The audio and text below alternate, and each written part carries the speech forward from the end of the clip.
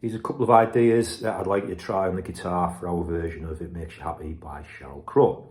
Remember, we've transposed to the key of D to suit our vocal harmonies we got going on.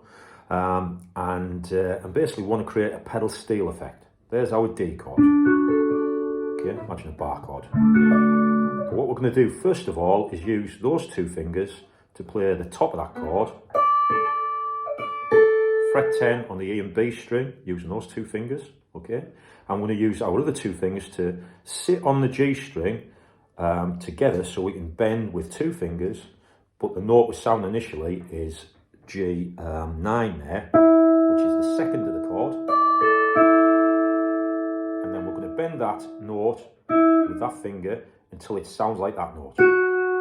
Okay, nice sweet third. Listen to it. Okay. It's important not to bend those two notes that are holding the B and E down, because that'll sound dissonant. Awful. Okay, and take care not to underbend or overbend. If you underbend, it'll be a bit too flat, not awful, but a bit too flat, a bit too bluesy. And if you overbend, it'll sharp and that will sound dissonant. Okay, so we'll use our ears to trust when we've hit that sweet. You can do it as a quick kind of bend where you hit all three strings together. Get a bit of a rhythmic thing going on. But I particularly like at the start of a bar where you play just before beat one. So you might go a 1, 2, a 1, 2. And as the band hit beat 1, you're actually hitting that lovely third note nice and sweet. 1, a 2, a 1, 2. Wasn't played quite as well there. Okay, you've got the option of bending it up and resolving it down, but you've got to then fall to, in this case, it would be G7 to get the D at the bottom of the kind of chord.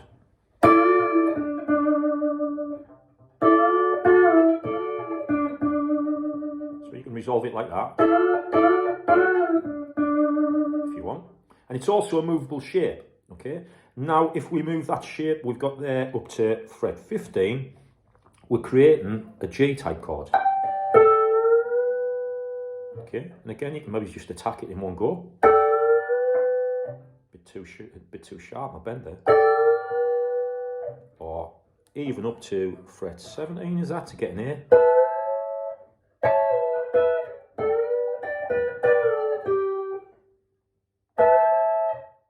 So as we had that little pre-chorus where we're going from the G to the A, you can maybe get the bends there.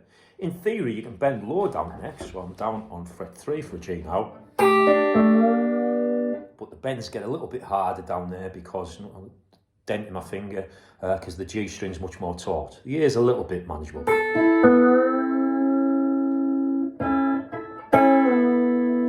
But it tends to be easier if you're around about frets 8 and 10 and that sort of thing. So there's some ideas for just nice little riffs. You play in between the vocals, just kind of decorating the backing track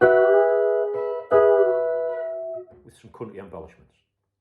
Now remember, we're going for a bit of a Stones vibe in the song, and in the outro, as the chords are looping the chorus chords, so E minor, G,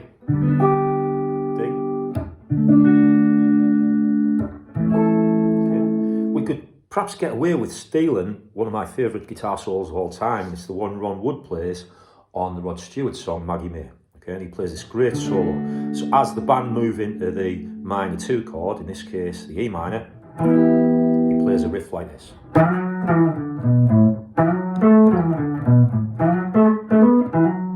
It's this lovely little sliding thing on the A string. I'm mainly on frets 9, 7 and 5.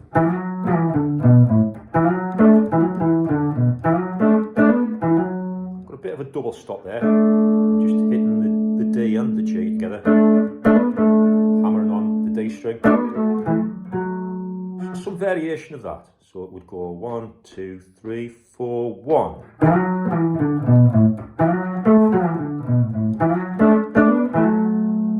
That's the first phrase. but then he follows up and goes slightly in high register. I think maybe he's towards the end of the solo, it goes like this.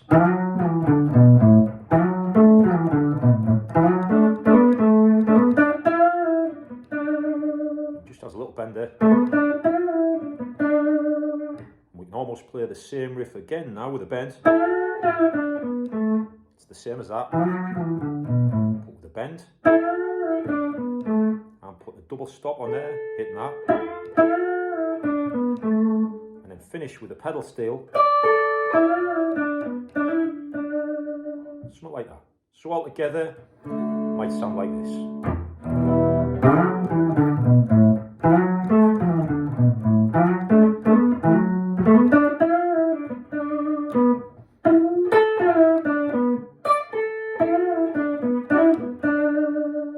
You might find your own phrase in it. That's not exactly as Ron Wood plays it. I'm just kind of paraphrasing him and nicking the feel more than anything else.